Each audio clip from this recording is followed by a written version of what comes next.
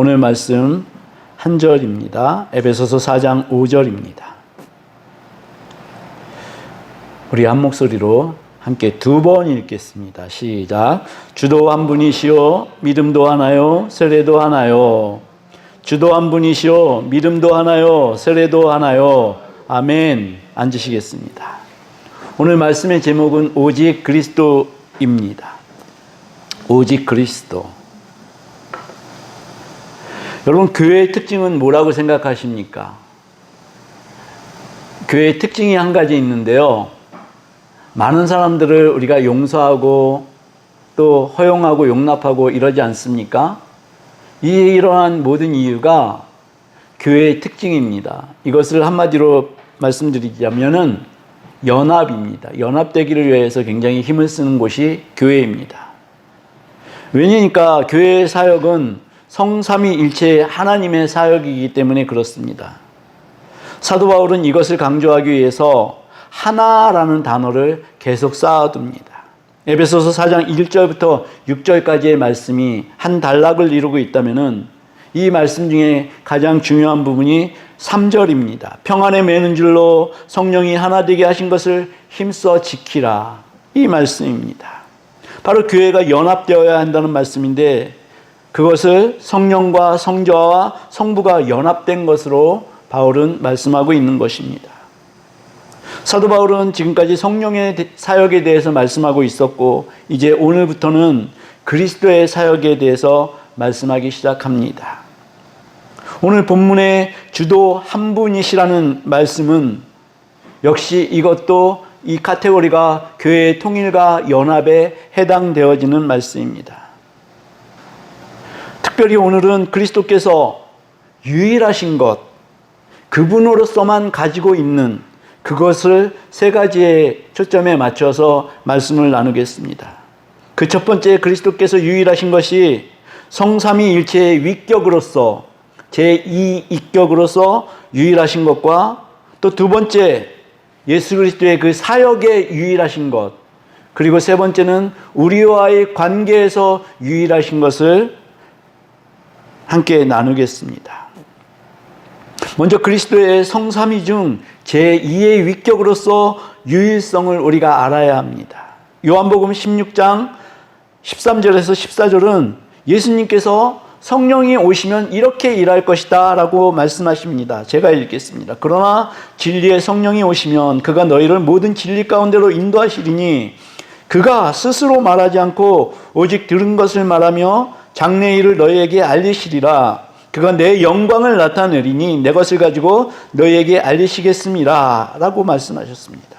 성령은 하나님께로부터 예수 그리스도를 영화롭게 할 것을 받아서 우리에게 알려주신다는 말씀입니다. 또 성령으로서만 주님을 주님으로 알게 된다고 말씀하고 있고 또 주님을 주님으로 부를 수 있게 하는 것도 하시는 것도 성령의 사역이라고 말씀하십니다. 고린도서 2장은 이렇게 8절에서 10절에서 말씀을 합니다. 이 지혜는 이 세대의 통치자들이 한 사람도 알지 못하는 예수 그리스도를 알지 못했다는 얘기입니다. 만일 알았더라면 영광의 주를 십자가에 못 박지 아니하였으리라. 기록된 바 하나님이 자기를 사랑하는 자들을 위하여 예비하신 모든 것은 눈으로 보지 못하고 귀로 듣지 못하고 사람의 마음으로도 생각하지도 못하였다 함과 같으니라. 성령이 아니면 도대체 예수 그리스도에 대해서 알 수가 없다라는 말씀입니다. 오직 하나님의 성령으로 이것을 우리에게 보이셨으니 성령은 모든 것 곧 하나님의 깊은 것까지도 통달하시느니라. 성령이 하시는 일을 예수 그리스도께서 말씀하셨고 사도 바울이 또 말씀했습니다. 에베소서 4장 4절에 몸이 하나다라고 말씀하셨지 않습니까? 그럼 몸이 하나라고 할 때 이 몸의 주인은 누구입니까? 누구죠? 우리는 알고 있습니다. 예수 그리스도이십니다. 바울은 이 말씀을 에베소서 1장에서 그 주인에 대해서 정확하게 밝히고 있습니다. 에베소서 1장 22절 23절을 보게 되면 또 만물을 그 발 아래에 복종하게 하시고 그를 만물 위의 교회의 머리로 삼으셨느니라. 교회는 그의 몸이니 만물 안에서 만물을 충만하게 하시는 이의 충만함이라. 바로 교회라는 몸의 주인은 예수 그리스도라는 말씀입니다. 교회의 주인은 예수 그리스도이십니다. 아멘. 주도 한 분이요. 오늘 본문이 이렇게 말씀하고 있죠. 이 말씀은 주님은 오직 한 분밖에는 없다라는 말씀입니다. 다른 주는 없는 것입니다. 주님은 신과 인간의 본질을 소유한 단 한 분이십니다. 이것을 빌립보서에서 밝히고 있습니다. 빌립보서 2장 6절에서 10절의 말씀, 그것은 제가 주보에 게재를 했는데요. 우리 함께 읽겠습니다. 빌립보서 2장 6절 10절 말씀입니다. 시작. 그는 근본 하나님의 본체시나 하나님과 동등됨을 취할 것으로 여기지 아니하시고 오히려 자기를 비워 종의 형체를 가지사 사람들과 같이 되셨고 사람의 모양으로 나타나사 자기를 낮추시고 죽기까지 복종하셨으니 곧 십자가에 죽으심이라. 이러므로 하나님이 그를 지극히 높여 모든 이름 위에 뛰어난 이름을 주사 하늘에 있는 자들과 땅에 있는 자들과 땅 아래에 있는 자들로 모든 무릎을 예수의 이름에 꿇게 하시고. 네, 예수 그리스도가 그런 분이십니다. 예수님은 완벽한 인간이셨고 완전한 신이셨습니다. 예수의 몸 안은 신성과 인성이 하나였습니다. 그런데 많은 이단들이 이 신성과 인성을 분리하려고 애를 많이 썼습니다. 그걸 분리하다 보니까 이단이 나왔습니다. 성부, 성자, 성령, 이분들은 분리할 수가 없는 부분인데 이분들을 또 분리해서 놓고 보려고 하는 이단들이 많이 나왔습니다. 하나님으로 하신 일과 또 인간으로서 하신 일을 따로 떼어내려는 시도를 했었고 또 인성과 신성을 분리시키려고 시도했습니다. 그러나 그분은 인성과 신성이 하나가 된 유일하신 분이십니다. 히브리서 1장이 그 해답을 제시합니다. 이것도 제가 주보에 게재했으니까 함께 읽어보시겠습니다. 히브리서 1장 1절에서 3절 말씀입니다. 시작. 옛적의 선지자들을 통하여 여러 부분과 여러 모양으로 우리 조상들에게 말씀하신 하나님이 이 모두 마지막에는 아들을 통하여 우리에게 말씀하셨으니 이 아들을 만유의 상속자로 세우시고 또 그로 말미암아 모든 세계를 지으셨느니라. 이는 하나님의 영광의 광채시요 그 본체의 형상이시라. 그의 능력의 말씀으로 만물을 붙드시며 죄를 정결하게 하는 일을 하시고 높은 곳에 계신 지극히 크신 이의 우편에 앉으셨느니라. 아멘. 주님은 인간이셨지만 하나님의 영광의 광채시요 그 본체가 충만하게 형상으로 나타나신 분이십니다. 예수 그리스도의 이격으로서의 유일성을 요한복음이 말씀합니다. 근데 이 말씀은 너무나 기가 막힌 말씀이죠. 요한복음 1장 14절 말씀입니다. 말씀이 육신이 되어 우리 가운데 거하심에 우리가 그의 영광을 보니 아버지의 독생자의 영광이요 은혜와 진리가 충만하더라. 말씀이 육신이 되신 분이십니다. 말씀이 인간으로 오신 것입니다. 이 땅에 성육신하신 분은 예수 그리스도가 유일하십니다. 한 분 주님뿐이십니다. 주님은 한 분뿐이라는 사실은 우리 신앙의 대상, 믿음의 대상은 오직 주님뿐이라는 말씀을 가르쳐주고 있습니다. 믿음의 주여 온전케 하시는 이가 누구십니까? 바로 예수 그리스도 그분이십니다. 우리는 그분을 바라봐야 하는 것입니다. 또 주님은 한 분뿐이라는 사실은 주님은 결코 나누어질 수 없다라는 말씀입니다.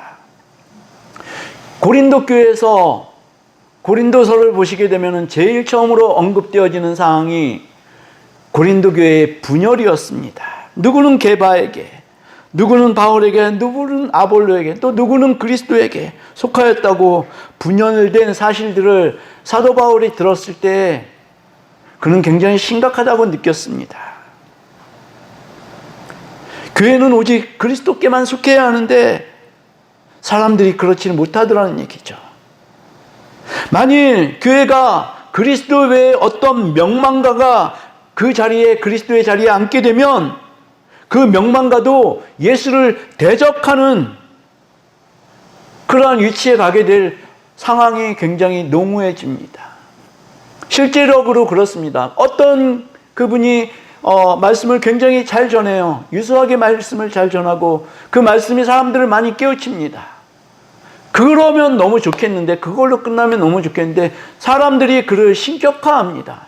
예수 그리스도의 자리에 그 사람을 앉혀놓더라는 얘기죠. 그렇게 되면 어떻게 합니까?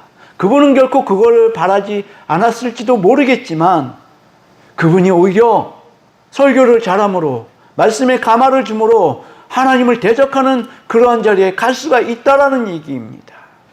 실제로 우리 세계에서는 그런 일이 너무나 비일비재합니다. 예수 그리스도의 자리에 누구를 앉힙니까? 성모를 앉힙니다. 베드로를 앉힙니다. 모세를 앉힙니다. 마호멧이나 석가나 공자, 이 사람들을 앉힙니다. 그러나 이것은 완전히 잘못된 것이라는 얘기죠. 사도 바울도 베드로도 그리고 아볼로도 결코 이것을 원치 않았을 텐데 어리석은 사람들이 그 일을 시도하는 것입니다. 우리는 알고 있습니다. 교회의 머리는 오직 한 분 예수 그리스도밖에는 없는 것입니다. 또 주님이 한 분뿐이라는 사실은 우리의 구원은 오직 예수 그리스도 한 분밖에 없다라는 말씀입니다. 사도행전 4장 12절에 이렇게 말씀합니다. 다른 이로서는 구원을 받을 수 없나니, 아멘. 천하 사람 중에 구원을 받을 만한 다른 이름을 우리에게 주신 일이 없음이라. 아멘. 예수님 스스로도 구원자는 당신밖에, 자신밖에 없다라고 말씀하셨습니다. 그것이 요한복음 14장 6절에 이렇게 말씀하십니다. 예수께서 이르시되 내가 곧 길이요 진리요 생명이니 나로 말미암지 않고는 아버지께로 올 자가 없느니라. 아멘. 우리는 주님이 한 분뿐이라는 사실을 분명히 인식하고 우리 마음에 각인시켜야 하는 것입니다. 그리고 기독교는 그리스도가 없이는 존재할 수 없습니다. 기독교는 이 한 분이신 그리스도입니다. 그리스도는 기독교의 본질입니다. 아멘. 기독교는 주님이 전부입니다. 기독교는 이 유일한 성육신과 주님께서 행하신 일의 결과인 것입니다. 그래서 우리는 주님을 일부만 믿을 수는 없습니다. 주님의 전부를 믿어야 합니다. 전부를 믿어야 합니다. 우리가 일부만 믿는다, 이렇게 얘기합니다. 그의 공의로우심, 그의 거룩하심, 심지어 어떻게 얘기하니까 우리의 칭의만 믿는다. 우리를 의롭다 하신 것만 믿는다. 또 어떤 사람은 우리를 성화, 그렇게 하시는 것만 믿는다. 일부만 믿을 수 없다라는 말씀입니다. 그리스도를 전부 믿어야 한다는 말씀입니다. 그리스도는 결코 나뉠 수가 없다. 그는 오직 한 분이시다. 우리의 믿음은 그리스도에게만 있다. 아멘. 두 번째, 주님의 사역의 유일성입니다. 대표적인 게 그분의 성육신입니다. 말씀이 육신이 되어 이 땅에 오신 분은 예수 그리스도가 유일하십니다. 전에도 없었고 후에도 없을 것입니다. 하나님이신 주님이 이 땅에 사람의 모습으로 임하셨습니다. 예수 그리스도의 유일성입니다. 그리고 십자가를 지셨습니다. 성부 하나님과 성령 하나님께서 십자가를 지신 게 아닙니다. 성자 예수님께서만이 십자가를 지셨고, 그리고 오직 그분 혼자만 이것을 담당하셨던 것입니다. 십자가 사역을 마치신 주님은 십자가 상에서 이렇게 말씀하셨습니다. 요한복음 19장 30절에 이렇게 말씀하셨습니다. 예수께서 신포도주를 받으신 후에 이르시되 다 이루었다 하시고 머리를 숙이니 영혼이 떠나가시니라. 예수님께서 십자가상에서 다 이루었다 말씀하셨습니다. 십자가상에서 예수님께서 다 이루셨습니다. 오직 십자가에서 주님께서 십자가 사역을 이루신 것입니다. 사도 바울은 아주 용감한 선포를 합니다. 나는 예수 외에는 아무것도 알기를 원하지 않는다라고 선포합니다. 이것이 기독교의 정신입니다. 이 예수 외에 무엇을 덧칠하거나 덧붙이는 것은 적그리스도입니다. 예수 안에서 하나님의 모든 것이 충만합니다. 조금 전에 말씀드렸듯이 예수 외에 공자, 석가모니, 소크라테스, 플라톤, 또 마호멧, 이런 사람들에게 하나님이 통찰력을 주셨어. 그러므로 우리가 그들에게도 배울 것이 있어 라고 말하는 저희 동기들도 있었습니다. 근데 저는 왠지 그 말에 동의할 수가 없더라고요. 예수 안에 모든 게 다 있는데 우리가 예수를 분명히 잘 알면은 이 사람들이 뭐가 필요 있겠습니까? 저는 그렇게 생각했습니다. 그러나 이렇게 다른 것들로서도 우리가 통찰력을 받을 수 있어라고 말하는 사람들, 이것은 정말 하나님을 대적하는 것입니다. 천하 만민 중에 구원을 얻을 다른 이름을 주신 일이 없습니다. 오직 주님만 구원자가 되신 것입니다. 고린도전서 8장 5절 6절을 보니까요, 이렇게 얘기합니다. 비록 하늘에나 땅에나 신이라 불리는 자가 있어서 많은 신과 많은 주가 있으나 그러나 우리에게는 한 하나님 곧 아버지가 계시니 만물이 그에게서 났고 우리도 그를 위하여 있고 또한 한 주 예수 그리스도께서 계시니 만물이 그로 말미암고 우리도 그로 말미암아 있느니라. 네, 다른 것은 없는 것입니다. 자, 우리가 이렇게 얘기를 하면은 세상은 우리에게 뭐라고 얘기합니까? 너희는 편협하다, 교만하다, 이렇게 얘기합니다. 근데 우리는 편협합니다. 그러나 우리에게는 예수 그리스도 한 분이면 충분한 것입니다. 또 그분만 있는 것입니다. 예수 그리스도 안에 신성의 모든 충만함이 있고 그 신성의 모든 충만함이 육체로 거하시고 그 안에는 지혜와 지식과 그 모든 보화가 감추어져 있다고 합니다. 이게 골로새서 2장의 말씀이더라고요. 제가 이 말씀을 읽으면서요, 너무 통쾌했습니다. 그 외에 다른 사람들의, 그 세계적인 위인들의 그 사람들의 삶이나 말씀을 살펴봄으로 인해서 우리가 예수 그리스도를 더 잘 섬길 수 있는 것 아니냐, 이렇게라고 얘기했던 그 친구들에게 성경은 절대 그렇게 얘기하고 있지 않다. 예수 그리스도면 모든 게 충만하고 충분하다라고 말할 수 있는 근거가 골로새서 2장 8절에 있더라고요. 저는 이 말씀을 읽으면서 너무 통쾌했습니다. 우리에게 필요한 것이 있다면, 정말 우리에게 필요한 것이 있다면 우리가 어떻게 예수 그리스도의 말씀에 즉각적인 순종을 하고 복종을 할 것인지, 이것을 위해서 기도하는 시간이 필요한 것입니다. 또 중보자, 예수 그리스도의 유일성 중에 또 하나가 중보자가 예수 그리스도가 유일하십니다. 하늘에 계시는 거룩하신 하나님과 땅에 있는 죄에 찌든 인간이 만나는 것은 결코 상상이 되지 않는 풍경입니다. 그렇지 않습니까? 거룩하신 하나님을 인간이 만날 수 없습니다. 우리를 하나님께로 인도하시는 분, 그분이 예수님이십니다.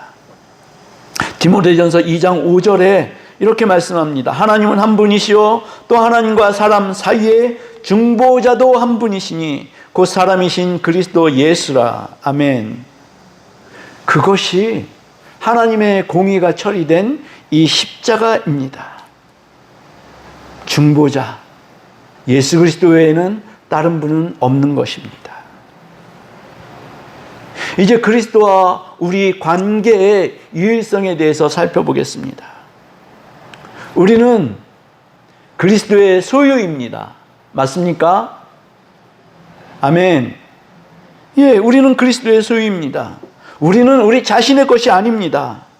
내 인생은 내 것이 아니라는 말씀입니다.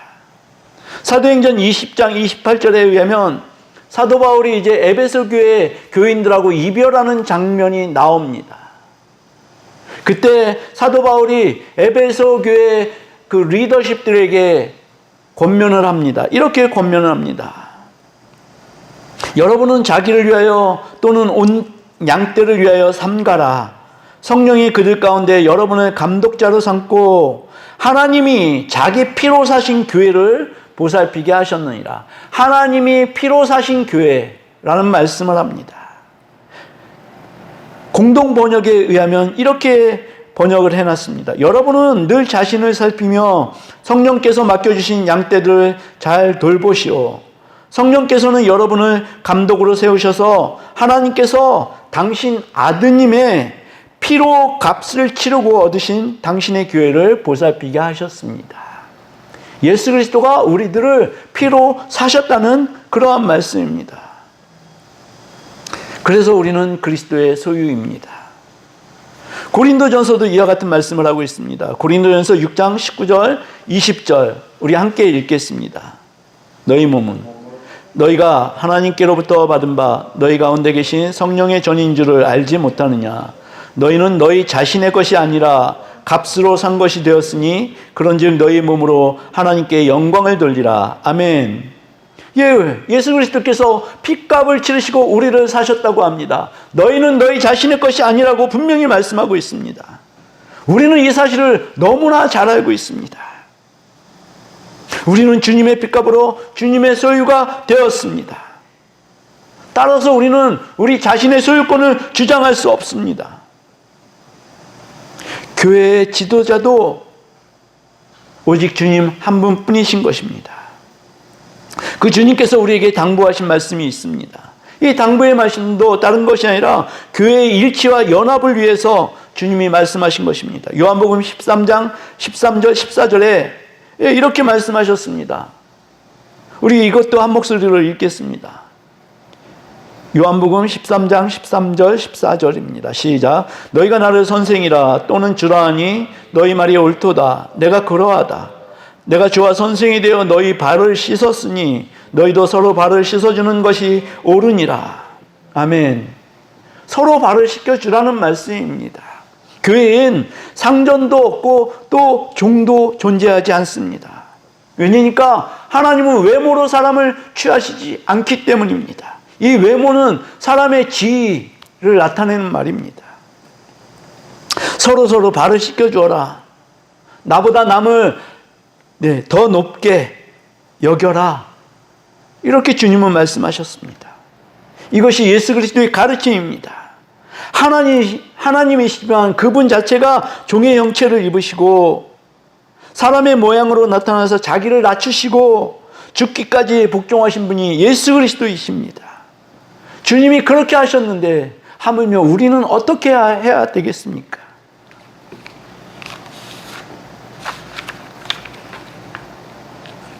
들어오시다 보셨겠지만 우리 교회의 이름을 말해주는 간판이 이제 달렸습니다. 어떠셨어요, 권사님? 저는 마음이 너무 좋았습니다. 저녁에 보면은요, 너무 밝아가지고 환해가지고 진짜 저 주위가 다 밝습니다. 근데 교회 간판을 견적을 내면서 제 마음이 되게 무거웠습니다. 지금 우리 교회 재정이 넉넉하지 못해서 분할로 지금 지불을 그쪽에서 조건이 그렇게 들어와서 저는 예스 했습니다. 분할로. 네. 그런데 한 지체께서 헌금을 올려드려서 그것이 일시에 말끔하게 해결이 됐습니다. 저는 놀라서 입을 다물지 못하고 마음이 먹먹해졌습니다. 그리고 솔직하게 제 인간적인 마음으로는 이것을 거절하고 싶었습니다. 그러나 감사함으로 받았습니다. 그리고 감사함으로 받으면서요, 어떻게 기도해야 할까? 이 말씀이 제 입에서 나왔습니다. 이는 받으실 만한 향기로운 제물이요 하나님을 기쁘시게 한 것이라. 나의 하나님이 그리스도 예수 안에서 영광 가운데 그 풍성한 대로 너희 모든 쓸 것을 채우시리라. 아멘. 아멘. 왜냐하면 제가 받은 것은 제가 받은 것이 아니라요, 하나님께서 받으신 것입니다. 여러분들이 올려드리는 헌금의 실체가, 헌금의 본질이 하나님께서 받으시고 하나님을 기쁘시게 해드리는 것입니다. 그런데 더욱 놀라운 일이 일어났습니다. 이것은 제가 못났다는 고백입니다. 제가 목요일날 이것이 달아지고 금요일날 저녁에 와서 기도를 하는데요, 제가 말할 수 없는 통곡으로 하나님께 기도를 하고 있더라고요. 그것도 방언으로. 제가 우리나라 말로 기도를 했으면 그 뜻을 알아들었을 텐데, 방언을 시작하는데 엄청난 눈물이 쏟아지면서 방언이 나오더라고요. 꽤 오랜 시간이요. 뜻을 잘 몰랐었습니다. 그리고 제가 굉장히 속상했었나 봐요. 저는 교회 간판을 하다 보니까, 예전에 우리가 강원도로 이렇게 전도 여행을 떠났을 때 한 교회가, 교회 간판이 이 나무였었는데요, 그 교회 이름이 다 지어져 있더라고요. 너무 오래돼가지고. 그래서 그거를 하시라고 돈을 좀 보내드렸어요. 헌금을 보내드렸는데, 목사님께서 간판을 안 하시고 교회 마당 자갈 까는 데 사용하셨다고 그러시더라고요. 저도 교회 일에 좀 열심을 내는 성격이었습니다. 그래서 사실은 제가 어떻게 하든지 부담을 해야지, 이런 마음을 갖고 있었습니다. 그런데 막 울음이 터지고, 그래서 저는 그 뜻을 몰랐어요. 그냥 내가 속상한 게 있어서 하나님께 하소연했나 보다, 하나님 그것을 들으셨나 보다, 이렇게 생각을 했는데, 유기성 목사님의 설교를 보니까요, 저에게 딱 해답을 주시더라고요. 파라과이라는 나라에 선교사가 있습니다. 임 선교사님이라고 계시는데, 그분이 교회를 100채 이상 지으셨어요. 말이 100채죠. 가는 동네마다 교회를 건립을 한 거예요. 그러니까 이분이 정말 필요한 게 뭐냐니까 나무였어요. 그래서 이 나무 때문에 지방직을 맡고 있는 사람들이 막 그 돈을 달라, 나무를 공급하기 위해서 돈을 달라, 뒷돈을 달라, 막 이런 식으로 어떤 협상을 해오기도 하고. 그래서 이분이 생각해낸 게, 땅에다가 나무를 심자, 그러면. 근데 이 나무를 심게 되면 7년 뒤에는 이 나무를 쓸 수가 있더랍니다. 그리고 심어놓은 양을 보니까 자기가 앞으로 100채 이상은 지을 수 있는 그 나무의 양이었대요. 근데 어느 날 가보니까요, 이게 다 불 다 없어져 버린 거예요. 원주민들이 거기다 불을 질렀다는 겁니다. 그래서 이 사람은 막 너무 분한 거죠. 도대체 하나님의 일을 하고 자기네들의 영혼을 구원하기 위해서 내가 일을 하고 있는데 왜 이렇게 나오는지. 그래서 자기는 이제 보복할 생각을 했답니다. 경찰서에다 다 고발하고. 근데 성령께서 하시는 말씀이, 하지 말아라, 그들을 용서해라. 그래서 용서할 마음을 가졌답니다. 그런데 원주민들이 이 사람이 경찰에 고발할까봐 회의가 열렸는데요, 얘를 죽여버리자, 이런 회의가 열렸다는 거예요. 용서하겠다 그랬는데 이것을 믿지를 못하고, 이런 상황입니다. 그런데 이 사람이 하나님께 기도를 했어요. 기도를 하는데 성령의 음성이 또 들리는데요, 너가 도둑놈이었다라는 말씀을 하시더라고요. 네가 도둑놈이었다. 하나님, 제가 도둑이라뇨? 도대체 이해하지 못할 말씀을 하시는 거예요. 네가, 그 사람이 그런 마음을 가졌대요. 하나님, 저는 이제 더 이상 한국 교회에 가서 이 교회 건물을 짓기 위해서 헌금해달라, 이 말씀하기 싫습니다. 내가 거지도 아니고 내가 그냥 할게요, 이런 마음이 있었다는 거죠. 그런데 하나님은 그 마음이 도둑놈의 심보였다는 거예요. 네가 성도들에게 그 얘기를 하고 성도들이 그 헌금을 채울 때 그 사람들에게 내려질 이 복을 네가 가르치는 것이다. 이게 도둑놈 아니고 뭐냐. 자기가 거기서 많이 후회를 했다는 그러한 말씀을 하시더라고요. 제가 그 마음이 들었었던 것 같습니다. 제가 하고 싶었는데 하지 못하는 거, 그리고 여러분들에게 헌금을 요구하는 거, 저도 정말 이게 싫더라고요. 그래서 아마 그것을 하나님께서 꾸짖으셔서 제가 울면서 기도한 것이 아니었을까라는 이러한 생각이 들었습니다. 왜 우리가 우리 자신을 희생하면서까지 교회의 연합을 지켜야 하는 것입니까? 예, 주님께서 그렇게 하라고 하셨으니까 우리는 그렇게 해야 하는 것입니다. 그분이 핏값으로 이 교회를, 우리를 사셨기 때문에 우리는 하나가 되어서 하나님을, 예수 그리스도를, 성령님을 빛나게 해드리고 영화롭게 해드리고 영광스럽게 해드려야 하는 것이기 때문입니다. 네, 갈라디아서 2장 20절이 이렇게 고백하죠. 내가 그리스도와 함께 십자가에 못 박혔나니. 못 박힌 사람들은 이것을 알더라는 얘기입니다. 그런즉 이제는 내가 사는 것이 아니요 오직 내 안에 그리스도께서 사시는 것이라. 이제 내가 육체 가운데 사는 것은 나를 사랑하사 나를 위하여 자기 자신을 버리신 하나님의 아들을 믿는 믿음 안에서 사는 것이라. 아멘. 내 안에 오직 예수 그리스도가 계신다. 우리가 이것을 고백하시길 바랍니다. 내 안에는 다른 것 없어. 오직 예수 그리스도가 계셔. 예수 그리스도의 이 유일성은 교회가 하나 되게 함을 힘써 지키라는 말씀에 귀속이 됩니다. 교회가 하나 되는 것, 이것이 이 문맥의 중심입니다. 주님이 한 분이시듯 우리도 하나가 되어야 한다는 그러한 말씀입니다. 여러분들은 누구의 것입니까? 여러분들 안에 오직 예수 그리스도만 사시고 계십니까? 나는 죽고 예수만 사는 삶이, 여러분들의 삶이 분명하십니까? 내 인생엔 오직 예수 그리스도만 있다. 내 인생엔 오직 예수 그리스도만 있다. 이러한 고백이 여러분과 저의 숨길 수 없는 고백이 되어 주시길 주님의 이름으로 축복합니다. 아멘. 우리 함께 찬양하시겠습니다.